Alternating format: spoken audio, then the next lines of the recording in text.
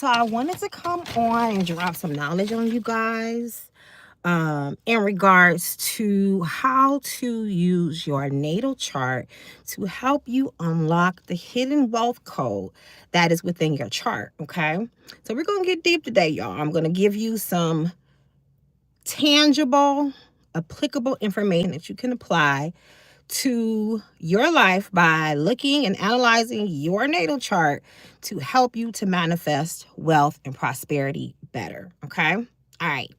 So, first and foremost, let's just talk a little bit about the natal chart. So, your natal chart is considered your natal promise.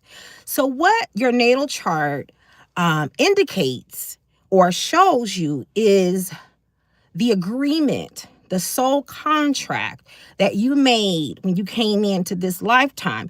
It shows you also the energy that you brought with you from previous lifetimes. So it shows potential energy within the natal chart, okay?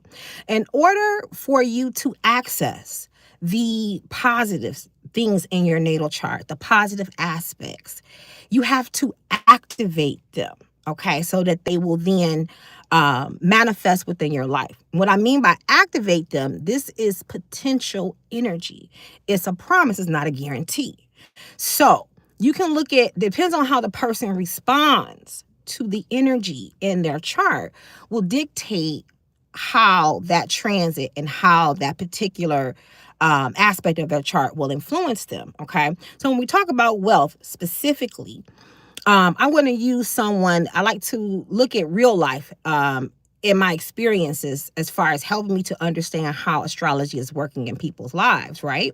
So we can use real life examples. So there's a famous quote about astrology from J.P. Morgan. Now, J.P. Morgan was the man who is responsible for Chase Bank. Okay, these are generationally wealthy people, billionaires even. And what his saying was is that millionaires don't use astrology, billionaires do. Okay, so you got to take advice from somebody who know money and who know wealth. Okay, if you want to be wealthy, if you want to have money, you have to study the people and study people who have money. What do they do? What are their behaviors? What are their habits? How do they structure themselves? How do they position themselves? Okay, wealthy people. And I have dealt with in the career path and in my spiritual business in general in different jobs. I've dealt with very wealthy people. Okay, and I will promise you one thing about wealthy people: they have advisors. Okay, we have friends. We have friends who give us sometimes bad information, right? But wealthy people have consultants and advisors, okay? And they go see these people before they make major decisions, okay? You don't think that Jeff Bezos is about to go invest $1 billion into a company without going to see his trusted advisors, okay? Now, he's going to go see his accountant. He's going to go see his financial advisor. He's going to go see his attorney. But best believe he has an astrologer. Because when you're making investments and you're dealing with money, you know what they say, scared money don't make none, okay? Scared money don't make none. So if you're out here scared investing, scared out here moving your money, more than likely you're not making none, okay?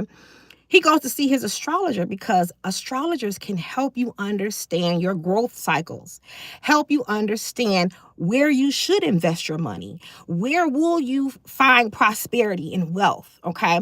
Also, what an astrologer can do is they can cast a natal chart for anything, not just for people, okay? People often think about natal charts for themselves, but also you can do natal charts on anything. If you're getting ready to move to a new city, cast a natal chart for that city based on when that city was incorporated, okay, into whatever city or whatever state. You can do it on businesses, okay? Let me give you an example of how this is manifested in businesses. And I'm going to give you a real life current situation right now. So we had Spirit Airlines go bankrupt, right? And close their doors, right? Abruptly. People just lost their jobs. Well, when I looked at Spirit Airlines' natal chart, they were incorporated into Spirit Airlines May 29th, which makes it a Gemini, okay? Now, we just had Uranus move into Gemini. What was that, last week? Okay. Uranus is a planet that deals with sudden, abrupt changes, shifts, things that you don't see that shake you up. Things like losing your job, business closing their doors, having to move out of your home, something that you don't foresee happen, something dramatic that you don't foresee happening. So again, when I looked at their chart, they were Gemini Sun, Gemini Mercury, and I think they had Gemini Mars. Okay, they had a lot of Gemini planets, and they also had a lot of Capricorn planets. Now, what is Spirit Airlines known for? It's known for being an affordable, budget-friendly airlines. Now, if you know anything about Capricorns, Capricorn love to stick to a budget. They're thrifty, right? Okay, so you see, I frustrated joined. Okay, anyway, so you can see how Spirit Airlines natal chart, when that transit happened, when Uranus moved into Gemini, what did it do? It caused a sudden and dramatic shift where it ended. It shut down during this time, okay? So this is the type of thing that investors and people with money, wealthy people, would have their astrologer cast a chart. If they're about to go and invest in this company, they're going to have their astrologer cast a chart on that company. They're going to look at the progression of that company through the chart, because you can also predict with astrology, okay? And they can see, is this going to be a good investment? Will this company make money? You know, there's different things that you can look at before you invest into that business or into that company, okay? So when we're talking about your natal chart, first, let's talk about the houses in your chart and how that influences how you manifest money and wealth in your life, okay? So the wealth houses is the 2nd, the 6th, the 8th, and the 11th house, okay? These houses are often analyzed together when assessing wealth, income potential, financial habits, opportunities, and how resources flow in a natal chart. The part of fortune and the South Node can add important layers to your analyst as well, okay? And where these things are positioned, okay? So let's first talk about the 2nd house, okay? The 2nd house represents personal income, assets, and wealth, self-worth, okay? It's naturally ruled by Taurus, okay? Taurus says, I value, I own. So the things that you own. So you can look at your your 2nd house and see what your wealth, what type of things will you own, your possessions, and how you value those things, okay? It represents earned income, savings, possessions, and personal value. It shows how someone earns money through their effort. It also reflects self-worth. People with strong 2nd house placements may tie money to confidence, okay? Now, beneficial planets to have in your 2nd house would be Jupiter, Venus, okay? And if you have Jupiter and Venus in your 2nd house, this can indicate financial ease. Challenging placements may create instability or overspending, okay? Another planet, if you have Pluto in the 2nd house, Pluto in the 2nd house can work two ways, because Pluto deals with extreme wealth, right? But wealth that is underneath the earth. A lot of times Pluto also deals with things like gold and precious metals and things of that nature, right? But Pluto in the 2nd house can do things. It can make you dramatic shifts where you can dramatically quickly manifest a lot of money or lose it all. Okay, it can work kind of like that, right? So you want to take a look at your 2nd house. If you don't have any planets in the 2nd house, look at what planet is on the cusp of the 2nd house, okay? What rules your 2nd house? It's going to give you an indicator of where you may make money at, okay? In my 2nd house, I have Virgo. I have Virgo in the 2nd, and I also have my North Node, okay? So in this lifetime, it's really important for me to manifest wealth and prosperity and assets, okay? That's a part of my life purpose, because the North Node shows your destiny and fate in this lifetime, okay?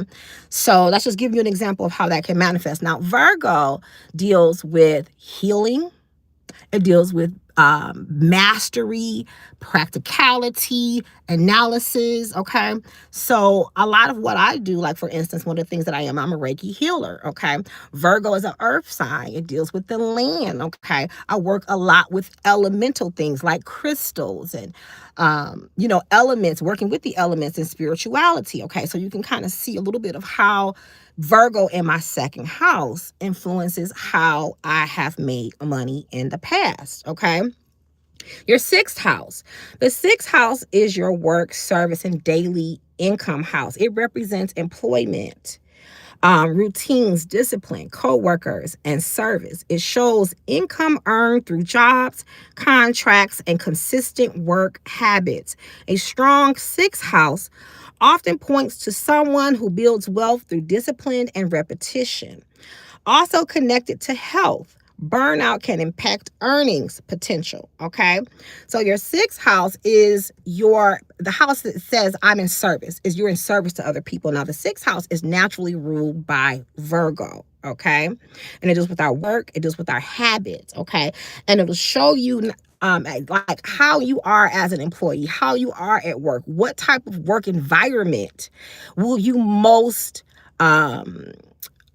excel in. Okay. My sixth house is in Aquarius. Okay. Aquarius is a non-traditional work environment. Okay. So I have a spiritual business. I deal with metaphysical things. That's non-traditional. Okay. It's about innovation. Okay.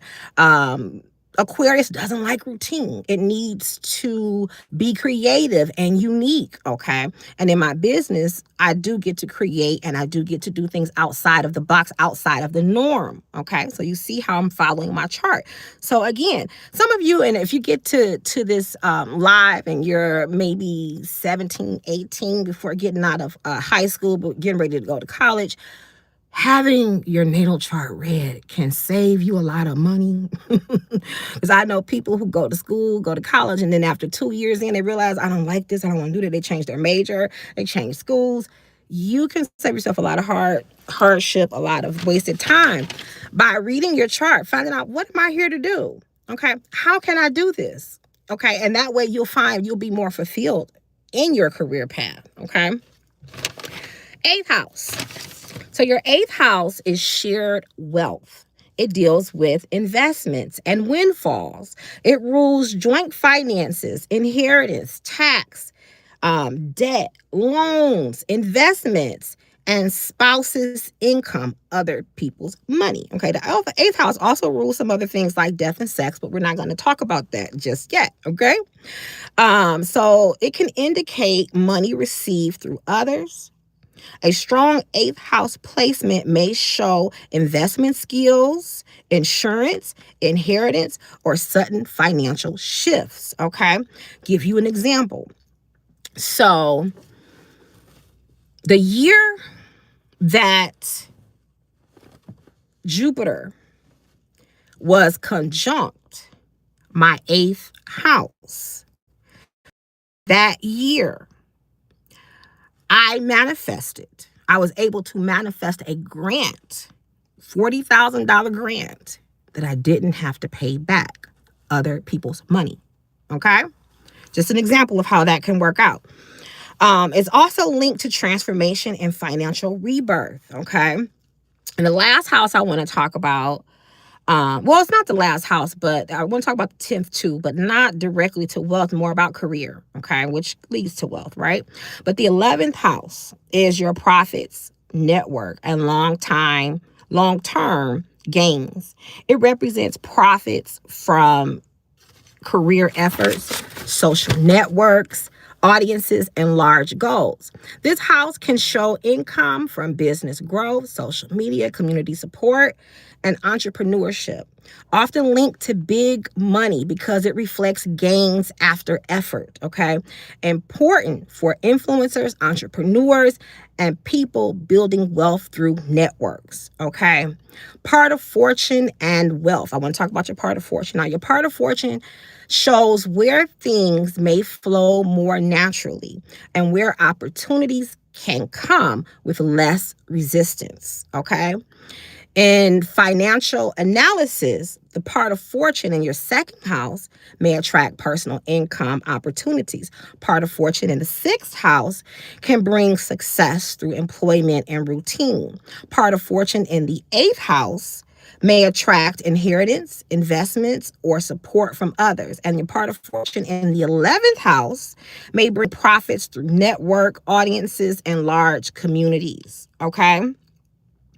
Now, let me give you an example of how an astrological transit works. Because think about it, remember, when you have a good transit coming on, okay, a transit that could be positive, you have to activate that. Okay. So what happens is we have these things in our chart, and based on the transits, which is the movement of the planets, right? Certain things are activated through these transits. Now, using myself as an example, this year will be my Jupiter return. Jupiter return just means that Jupiter is in the same place, the same sign that it was in when you were born. Okay.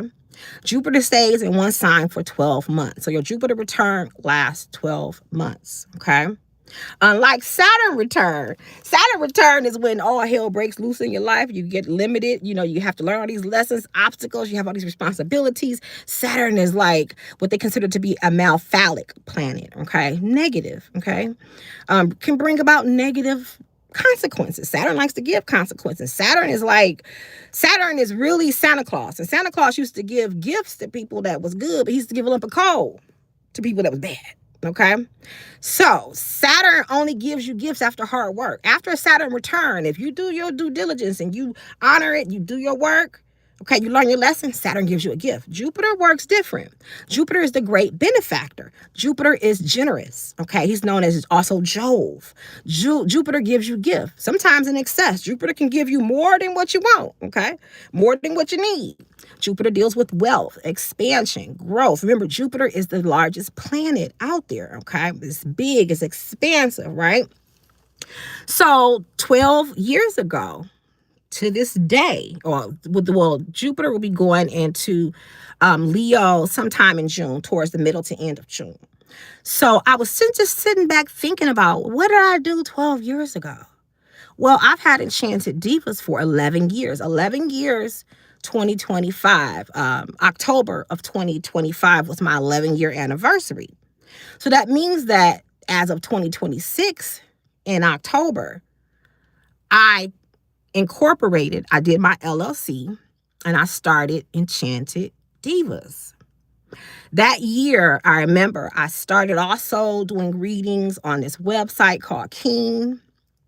Because before that, I was doing readings for people, and I would do work for people sometimes, but I wasn't charging. I was more like a hobby. It was something that I was doing for like friends and people that I knew that would come to me.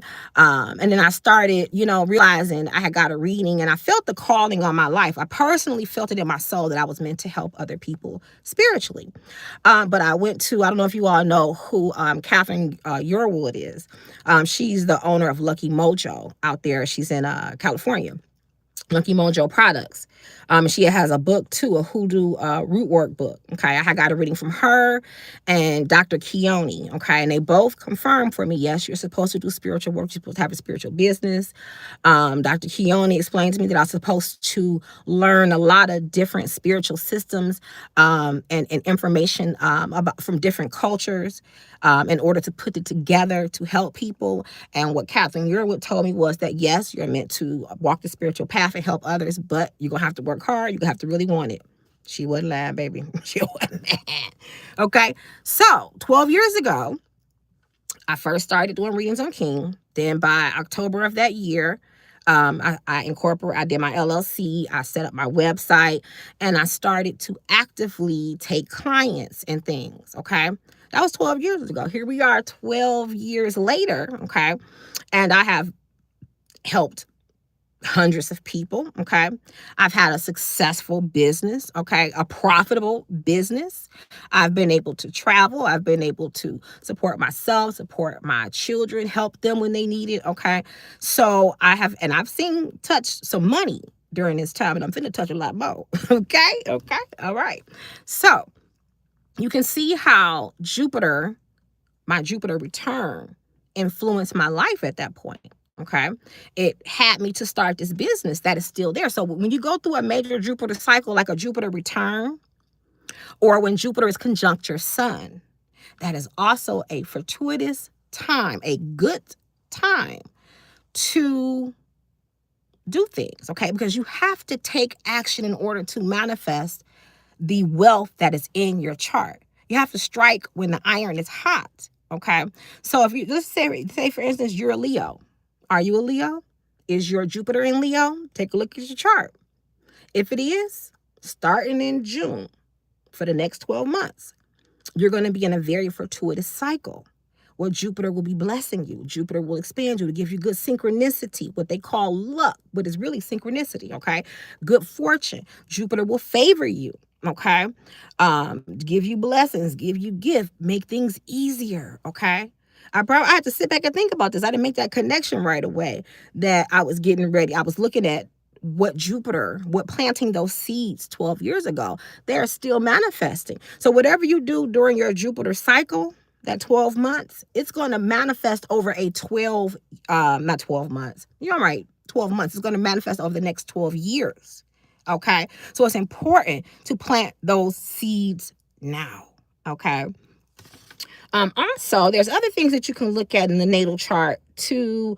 Looking at like where your Jupiter is, where your Venus is, where's Pluto, where's Saturn, understanding what houses they are in, what signs they are in. It's going to add more layers to the knowledge that you can then obtain to apply forward to your life, okay? So when you know that you have a positive aspect, a Jupiter return, a Jupiter conjunct your sun, Jupiter is transiting your 8th house, Jupiter is transiting your 2nd house, Jupiter is transiting your 6th house, okay? Venus is transiting, because what Venus does, it makes things, Venus is for billionaires. Like they say, Jupiter is for millionaires. Venus is for billionaires. I'll give you an example. I looked at Jay-Z's chart. He has a lot of Venus in his chart. He has Jupiter and Venus, okay? Jupiter's for millionaires, Venus for billionaires. His sun, Sagittarius. Moon, Virgo. Jupiter, I'm wrong. Moon, Libra, my bad. Moon, Libra. Jupiter, Libra. So you see, Venus makes things more attractive. It enhances them. It brings in luxury. It brings in a higher level of wealth, okay? Like I said, Jupiter's for millionaires, Venus is for billionaires, okay? This is the secrets that wealthy people don't tell us. This is why the people who rule us, okay, the 13 families, okay, and these corporations and these secret societies, they understand the science of astrology. Don't think for 1 minute that these people don't schedule their openings. They don't, like for instance, even the president and the way that the U.S. government is ran, they hold things and they inaugurate things at certain times based on astrological alignments, because they want to align with a particular planet. One thing you will see happen a lot is they would incorporate a city or a state under a certain astrological zodiac sign.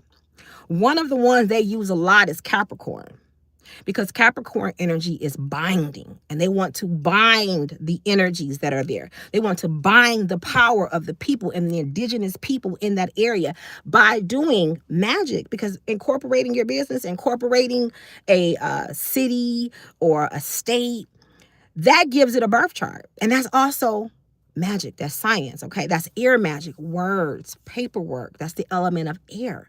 We miss it. We don't see it because we don't understand it. Even when they do things like, say, for instance, these different award shows, they're always aligned around some feast day, a full moon, a new moon, okay? A solstice. Why? Because they're doing magic. They're doing magic. They're timing things so that they can imbue it with the astrological energy that's best suited to manifest what they want, to manifest the outcome that they desire. When you move like that, when you start looking at your chart, understanding, do what they do, SWOT, okay, where you look at the strengths, the weaknesses, okay, where you analyze your chart and you then take a look at the things that you want to do in life. We're talking about wealth. So it could be investments. It could be you're starting a new business and you just want to have more knowledge, because with knowledge, there's power. So you know when to pick the days to do your grand opening, when to pick the days to do important paperwork and documentations, or to have important meetings, okay, to align with that. Even in when you're creating your business and adding the elements to your business, okay, understanding astrology is going to benefit you because it helps you with timing. Timing. You saw Spirit. Spirit is first. Spirit Airlines, come on, you got to look at what's going on, y'all. Spirit Airlines closed its doors. Why? Uranus moved into Gemini. Uranus is evolution. It is radical revolution even, okay? It's sometime rebellion. Okay.